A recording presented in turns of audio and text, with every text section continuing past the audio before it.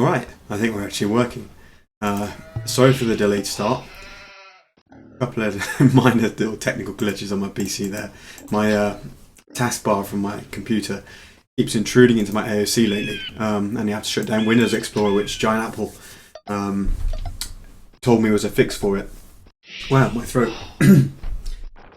If you were around for the donation stream last weekend, I'm just about 90% gotten over the cold I had. But I'd been to a gig on Saturday night and my voice became a little bit worse for wear, you know, being an enthusiastic member of the crowd, making some noise. And as happens very, very easily to me, lost my voice a little bit and it's only just returned. But yeah, I feel like I've got a real frog in my throat just as I go to start the stream. You'll have to enjoy me sounding just a little bit hoarse.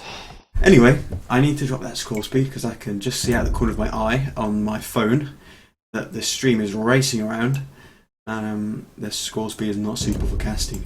Yeah, TheViper versus Fangxiaoqi. These are the recorded games from the 1v1 Clan Masters Cup, Mini Cup, which did get renamed the DauT Cup, according to the wishes of the ZP clan who sponsored the tournament for $1,500, and they are massive fans of DauT, which is why they renamed the cup in such a fashion. We saw quite a number of games live on the Clan Masters Grand Final stream the following day from the team game final, and then I did some a week and a day ago, I think. I was aiming to get through all of them if I could. Didn't happen. But we got through a fair chunk, and I'm now going to aim to mop up all of the ones that are left tonight if I can. The potential issue there is that another set of games has been added because the semi-final, one of the two semi-finals, has been played in the interim. The other one was actually played in China, but the second one couldn't be played as they ran out of time with the actual venue itself. So it was played online once the players got home, as the grand final will be as well. And currently they're scheduling that. They're aiming to do it like this weekend or next weekend. There's like I think there's an upwards of 90% chance that either this weekend or next weekend the grand final of the DauT Cup will be played.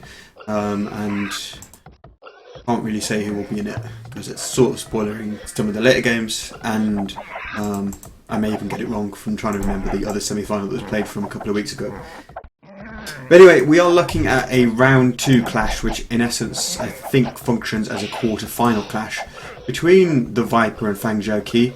TheViper playing his first game in this tournament, first match, as he was one of the highest seeds, and it was a 12-man bracket, so some 4 players got buys, those being Viper, Yo and Yinghua, for obvious reasons of being incredibly overpowered players.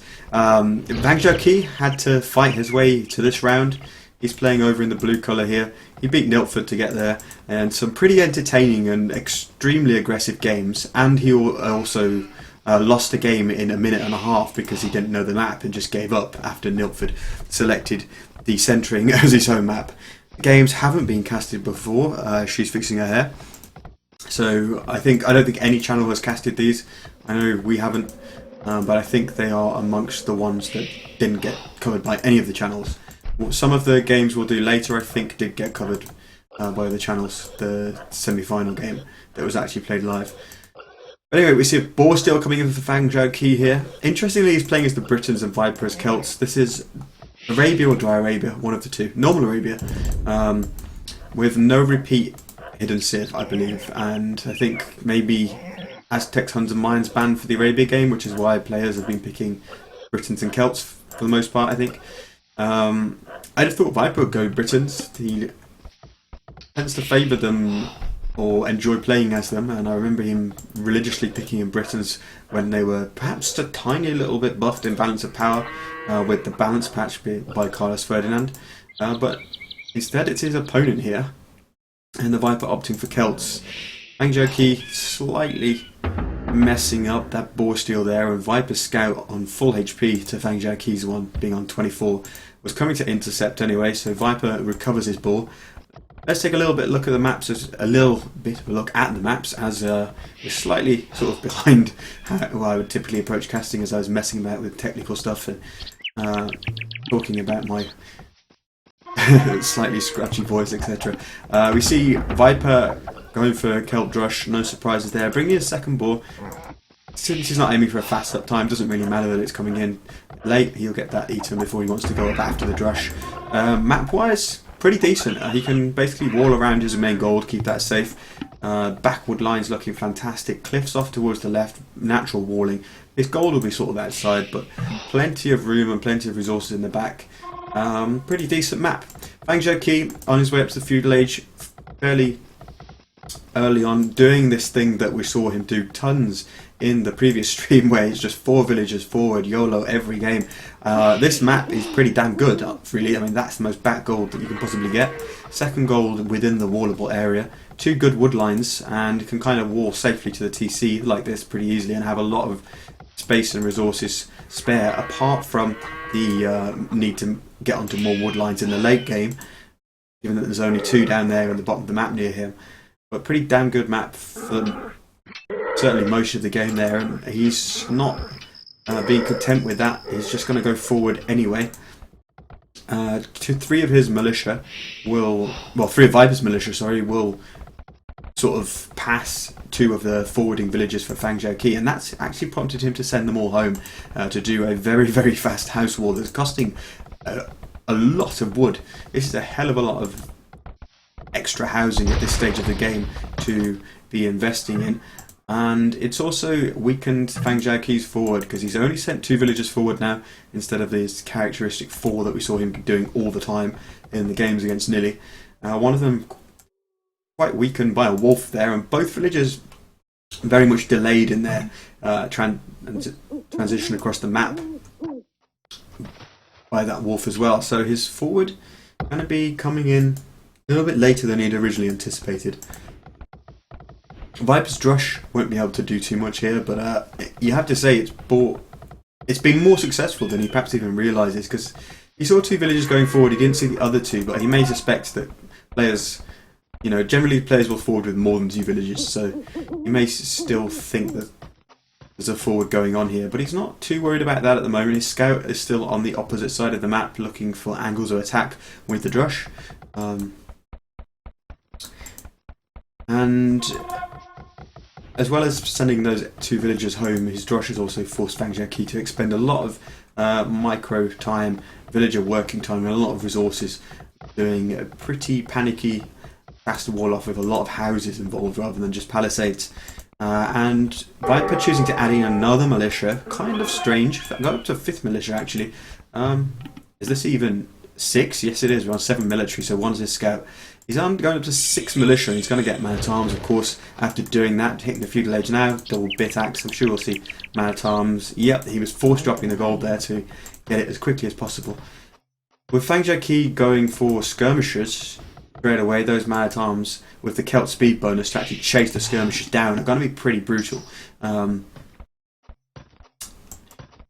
already looking at the just sort of situation we have here and thinking that the Viper strategically is well ahead, but a tower coming up on his gold now, and he's probably not going to be able to deny that, although there is only 1.5 villagers here, and given that he's bringing more villagers into the fray, he actually probably stands a decent chance of denying it.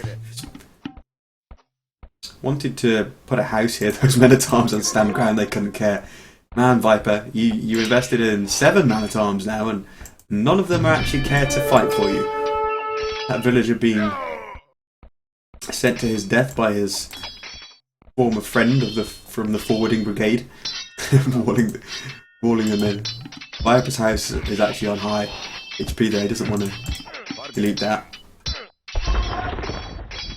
And it may have left him almost housed anyway.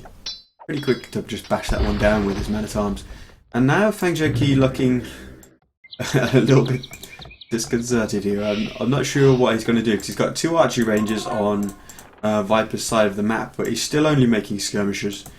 The eco back home is... it could be better, shall we say. We've got half a dozen idle villagers here. Not many farms to actually keep archery ranges running with 2 lots of skirmishers pumping out and villagers, and now he's hurriedly going out to gold with all those villas to try and switch it to archers, of course, to deal with man-at-arms.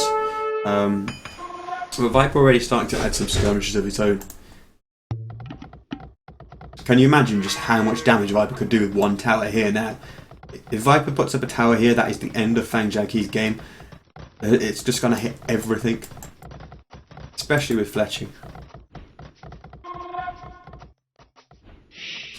Tower there, send the man-at-arms and the skirms here. Just unbelievable amount of damage that would actually do. Seems Viper's even going to take down those archery ranges with the man-at-arms. Just look how quickly they go down with even Feudal Age swordsman line attacking them.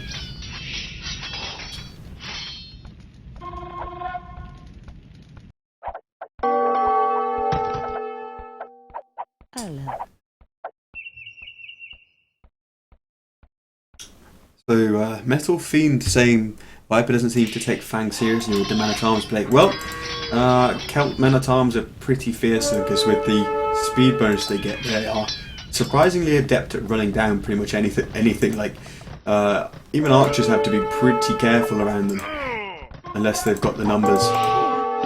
Because the man-at-arms can close the distance frighteningly fast against such a small number of archers. Not doing a lot of damage. But yeah, going to 7 man-at-arms is pretty big investment, not something you often see. And I'd suggest that you may be right, it was kind of suboptimal, having seen that Fangxiaoqi was so heavily walled. But I wouldn't say it's a troll strategy by any means, given the power of Celt men-at-arms. You could see one of Viper's villages going down here that was building houses in the middle of the map. Would have been pretty ambitious if that villager was going to carry on house walling all across here. I don't see that being a realistic project for her to be undertaking. Interested in these 5 villagers here, just really getting involved in the skirm fight, which Viper still doesn't have the numbers on. He is ahead by padded archer armor though, which is reducing the damage there. His own skirms, which is a real problem for Fang skirms though. Those villagers chasing after them, because even though there's a sizable number there, they're still doing very little damage. It's still going to be probably 2 or 3 volleys with every single spear hitting, every single javelin hitting, and this is a great trap by Viper. Now you're going to see what those Celt man-at-arms speedsters do to skirms.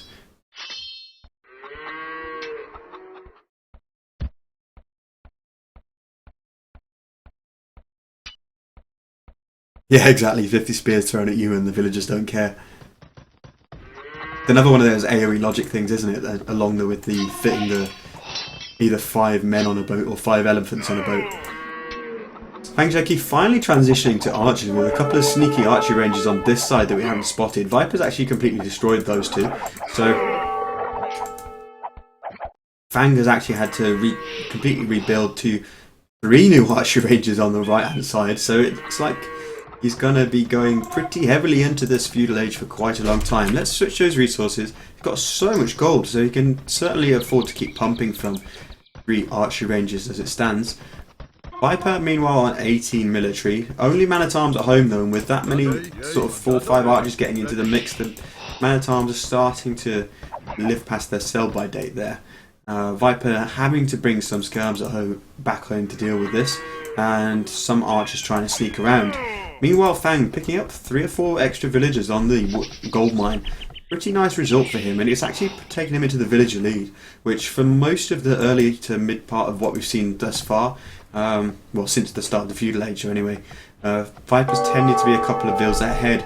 Obviously, Fang's economy wasn't that organised or efficient for some time. Now we're seeing some archers from Viper going in the spot where I said I'd love to see a tower. Obviously a tower will be even more effective there, but the archers are doing much the same job. And meanwhile, seeing pretty sizable feudal war going on back in Viper's base. I'm loving this that we've got large feudal armies going on. Yeah, Viper obviously with his going up quite late, with a pretty defensible map and having Drush, you fancied he might have been doing a little bit more of a Drush FC approach, but the investment into a lot of militia and then man-at-arms upgrade and then being forwarded by Fang going sort of all-in-ish, has led to quite a drawn-out and entertaining feudal war here, and surprisingly Fangxiaoqi actually being the first to click up here.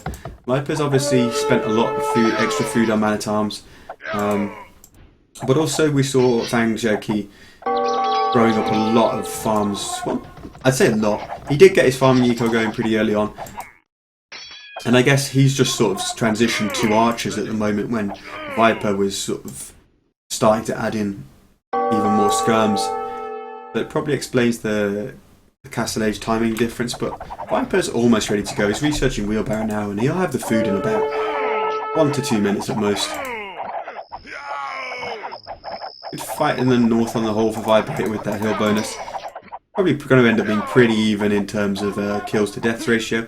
I like this here, just leaving the 2 skirms on top of the hill, pulling those archers out of the fray, keeping them alive. Meanwhile, these archers on the wood line and on the cliff getting the hill bonus if they actually... Well, the cliff bonus, not the hill bonus. If they actually shot at those gold miners. Does Fangxiaoqi still have stone? Oh, no, he doesn't. Where is his tower? Where...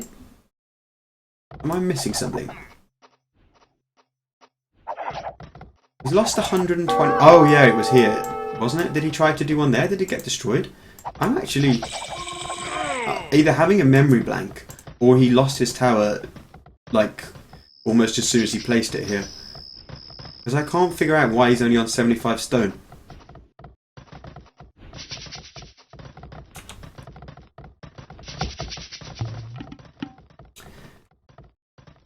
Right, Fangxiaoqi now in the Castle Age. Crossbow and Bodkin coming in. Obviously he's Britain, so benefiting from extra range as well. Those crossbows are going to be dominating the Castle Age battlefield, given that both players are just currently making archers and skirmishers.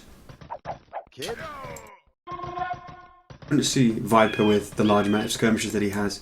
Wouldn't be surprised to see Viper with the large amount of skirmishers that he has going up into some elite skirmishers as well to help equalise it up against the Britons' crossbows, although he might fancy himself to micro against Fangxiaoqi even with the -1 range penalty or the 1 range advantage that Fang will have.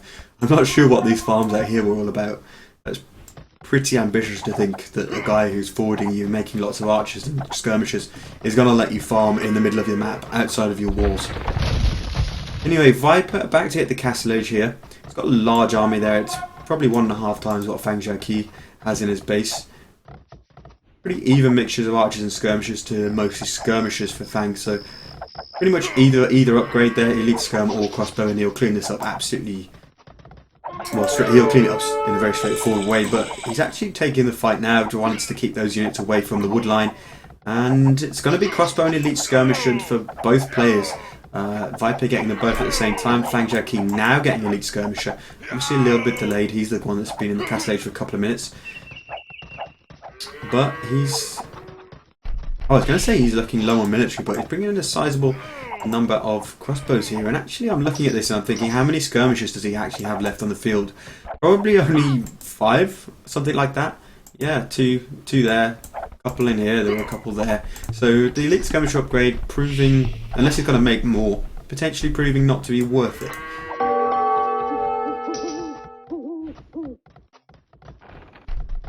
It's something that, having seen that he just lost like 10 skirmishes here, he could potentially have cancelled, because it's not a cheap upgrade by any means.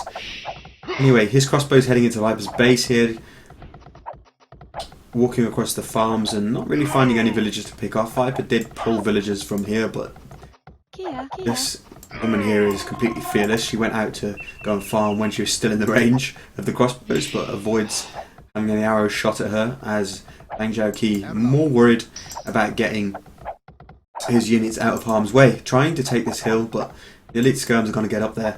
I want to have a look what's going on here, see if Viper's still got the units. He's got 3 crossbows, so he's going to go back in. Looks like he lost 2 there to something, I don't know what. Meanwhile, Fang now is completely trapped, so he can say goodbye to all these crossbows. I want to read the chat and see if anybody actually told me about the tower. Yeah, he did not delete the tower on Viper's Gold. That's what I thought. I couldn't like visualize it, but I thought he did try and make a tower here, somewhere in it. I just missed it going down, obviously, but that's what we were able to work out. And maybe you actually saw it while I was too busy talking to actually use my eyes. All villagers going down over here. This has been such a thorn in Fangxiaoqi's side that he hasn't been able to defend this area with a tower. All he'd need is one tower there to stop the crossbows going here or here. Meanwhile, the Viper suffering a raid on his gold, getting the army back into position though, and power obviously being there all the time is really helping him out. Fangxiaoqi preparing a push with 2 mangonels. Not making a third just for the moment. Continuing to hear those alarms blaring out as Fangxiaoqi just doesn't deal with this. You'd think he'd have sent 2 elite skirmishers home to actually deal with that, because right now this is having probably the biggest effect on the direction of the game out of anything that's happened inside the last 1 minute or so, 1 to 2 minutes. Ever since he lost his army in the back of Viper's base, that's been the most important thing, because it's basically been denying Fangxiaoqi from taking all of the wood and the gold in his base. He's now moved to the south, but the amount of idle time and walking time and inefficiency as these villas sort themselves out amounts to hundreds of lost resources. So I really do think it would have been a good idea just to send 2 skirms back home. Anyway, that tower that has defended Viper so well through this game goes down now, and Fangxiaoqi, with the elevation advantage for his mangonels, is looking to apply some pressure to Viper. Viper's actually not got any gold inside the walls, so he's going to send vills out here, and I wouldn't be surprised to see a TC come up on this front gold now. If he's actually got the resources to do that. Let's go to his point of view as we also said fight. Yeah, he's kind of low on wood, but is that because he just dropped a TC? I want to see how the mangonel shots go for now. Hill advantage for Viper, but he doesn't lose his mangonel initially, and actually cleans up both of them whilst losing only one of his own. So really good result for Viper. He had to trade at least 1 for 1 there, and I don't know if, I think it was these guys that killed the second mangonel, but basically 1 for 2 means he can take control of that hill as he's got a lot more military there. Boosting his own mangonel. Let's see, did he... No, he just spent 100 wood on a mining camp, so yeah, he was a little bit starved for wood to actually put up a new TC in the front, but he knows that Fang is applying all of the pressure in the eastern side of the basin. He's feeling relatively safe about his vills working unprotected out in front of his walls. Still, these guys are here. Fang just getting up a TC anywhere in this location, not really able to put it directly on the gold or the wood line, given that he's got a mining camp and the hill in the way. Now it's Viper's turn to take the hill advantage in the mangonel fight, and actually he's basically just lost a mangonel. Well, Fang has lost a mangonel to skirms uphill. Bit of an unfortunate situation to be in. Viper now... Oh, he's actually behind a vill still. He's 4 villagers behind. And if he stays on 1 TC for much longer, then he could be set to fall further behind. I'm still only seeing 1 TC from Viper. Fangxiaoqi, as we know, is finally getting up a second one. And a longswordsman coming out from Viper. Oh wow, this is when you know that he is feeling comfortable. If he actually researched the longswordsman tech, I didn't see that coming in at the top right. I mean, in some ways, with if Fangxiaoqi had a few less crossbows and a few more skirms, then the longswords would be useful tools to actually run down the mangonels, especially with Celt's movement bonus. But still, it's not something you expect to see. And obviously, if Fangxiaoqi's crossbows are anywhere near the area, then they're easily taking down longswords. But Fangxiaoqi not really looking too clever on the military count just now. Doing a good job of microing down this mangonel. I see something's going on at the edge of the base. Trying to see if any kind of shot is forthcoming from Viper's mangonel. Nope. Yeah, Fangxiaoqi trying to get up 30 TC now, so he could actually race ahead of Viper in villages, but his economy is looking very, very messy, and he's losing more here. Could be several more villages go down before this TC is finished, even with only 4 crossbows and 2 skirms. Meanwhile, Fangxiaoqi has lost his siege workshop to that battering ram, coming into the equation for Viper. Both siege weapons on low HP, and will the battering ram get the hit? It's getting perilously close. Fangxiaoqi trying to block it, but I think the map... Oh, the ram should have done it then. And he gets it. Those expos actually, I thought he was actually trying to block the ram. because he could have shot it down as well. It's only 50 HP, but they were just going through coincidentally. But yeah, Viper 4 villages ahead now, and that's basically because of what happened here, and the TC got denied. Wow, that's pretty important. Obviously, I think Fangxiaoqi TCing Stone there may have been wanting to get a castle up at some point, get 3 TCs running, and he might have been in a good position to keep himself safe at home until the Imperial Age, with a castle coming up and TC there, maybe castle here or something, but now he's got a big issue because he's got nothing at home. He has no archery ranges, he has no siege workshop, and the Viper has 20 odd archery range units going into that wood line that are going to pick up at least 10 vills and stop Fangxiaoqi from getting wood completely. Meanwhile, Viper suffering some pressure on his main gold at home, but there are no villagers working there. The TCs are up on the extra gold and second wood line in the far northwest, and it's Viper who's doing far more damage to his opponent than Fangxiaoqi. Now the villager difference is really opening up, 20 vil difference, and for some reason Fang is actually sending them to their deaths to try and finish this TC in the front. Viper's got more units there. That was never really on the cards. Look at this. Now I see castle coming up for Viper. Where's that actually happening?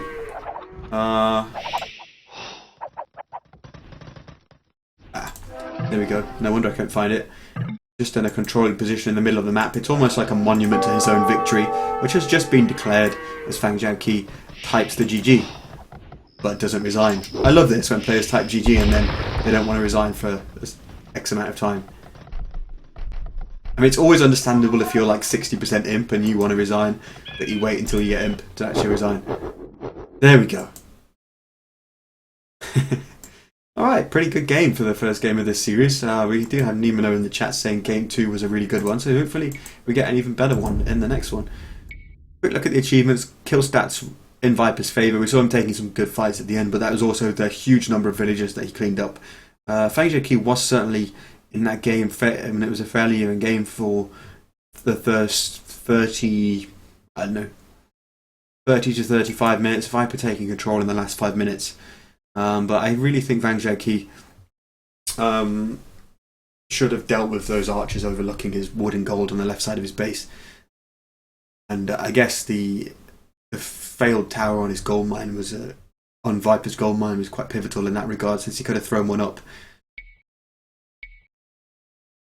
But yeah, Viper obviously taking military control and big villager lead as the game reached its conclusion. Clearly decided in his favour by this point.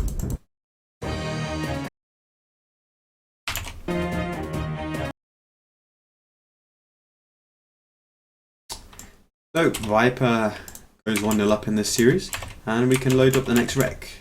I'm just going to take a 30-second break. I'm going to run a commercial while I take that break, and then we'll head into game 2.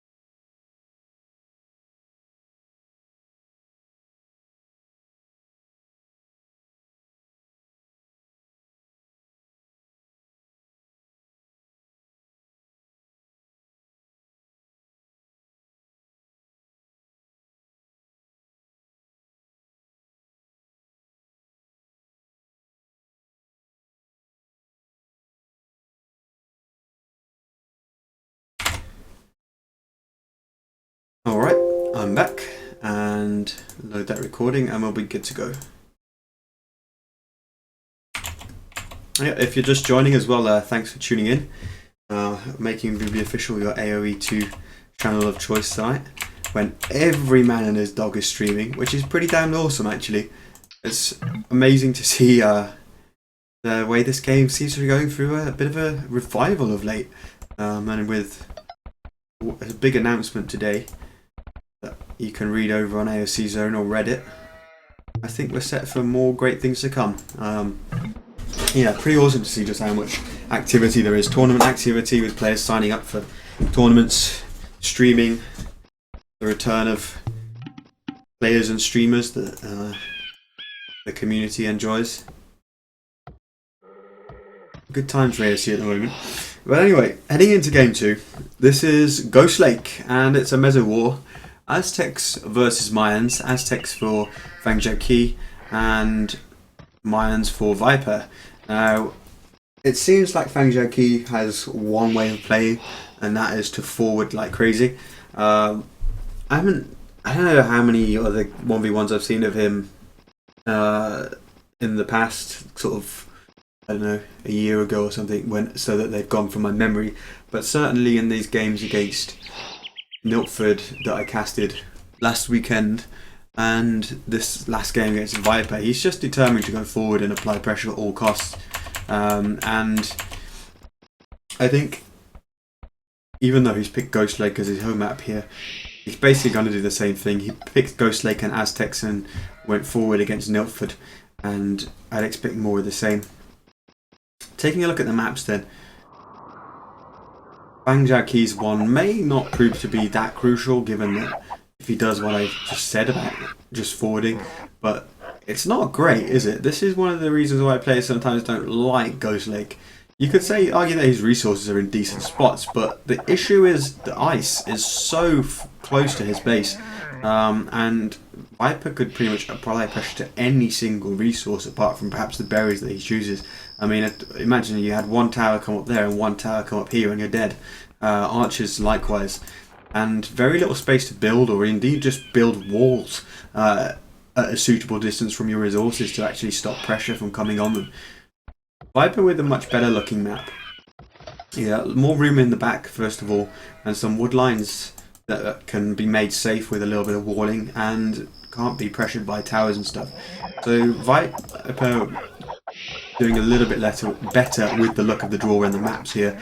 Ghost Lake can be a little bit luck based in that regard, although obviously if you get a bad map then you just have to play it, don't you? You have to go forward, or you have to make sure that your opponent is dealing with pressure back at home and that your bad map isn't having to withstand the heavy pressure.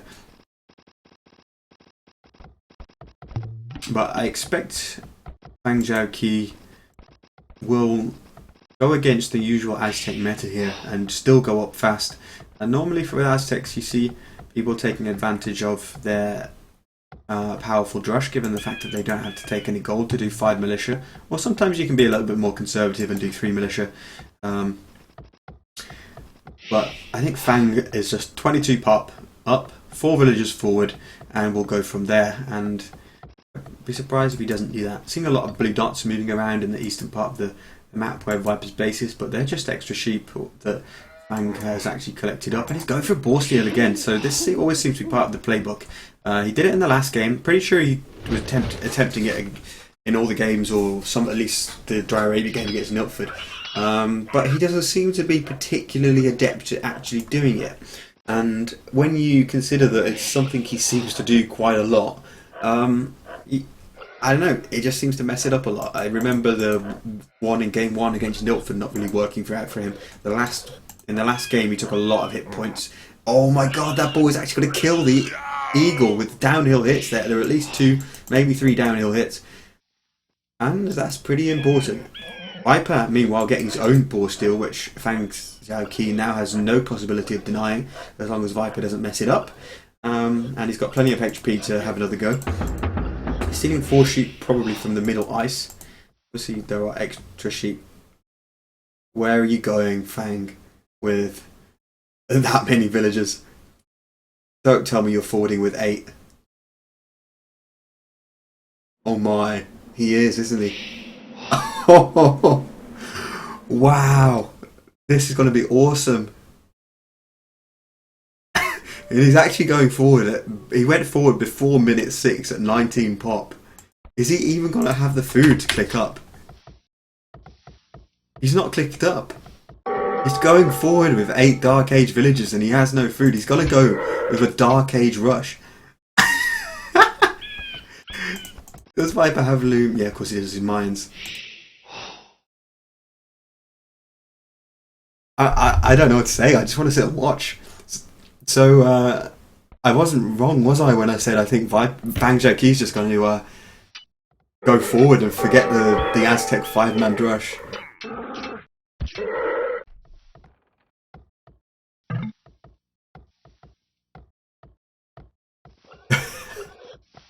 The chat is enjoying this. TC drop! He's going for the douche!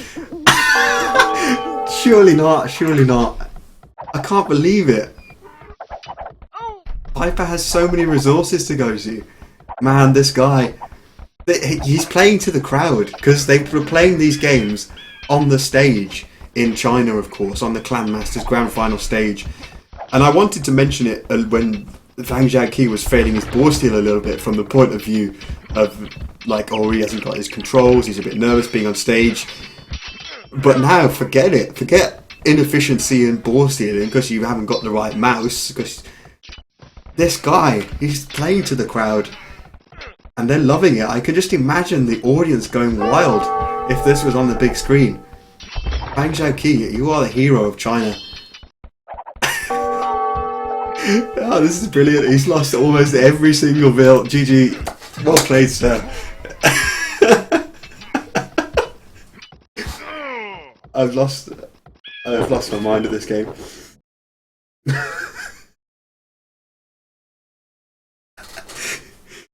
Mimino, you weren't kidding. I didn't think it was going to be such a good game that we'd actually get this much fun out of it in just 10 minutes. But yeah, I guess we're doing Fire versus Yinghua, boys.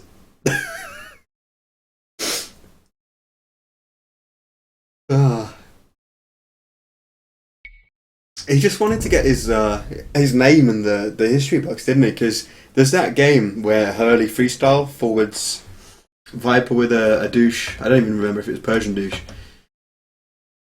And he won that game, although Viper claims he didn't play seriously, and it's being casted and recasted and mentioned over as years have gone by.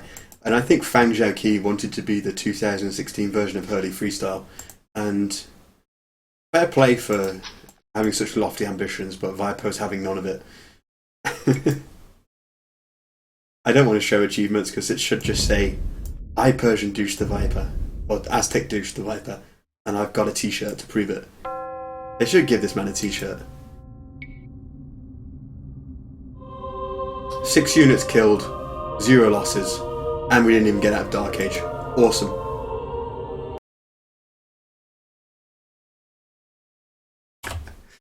Right, give me a second then. I need to swap over the overlays to do a Fire versus Yinghua, which should be a more even clash, shall we say. The chat is obviously talking about how Fangxiaoqi knows he's outmatched. I have to applaud him though for giving us some funny games, because in the game against Niltford, like I mentioned earlier, he actually resigned at 1 minute 30 because he didn't know the map. Let me throw up some music then and give me just a couple of minutes to change over the flags and everything.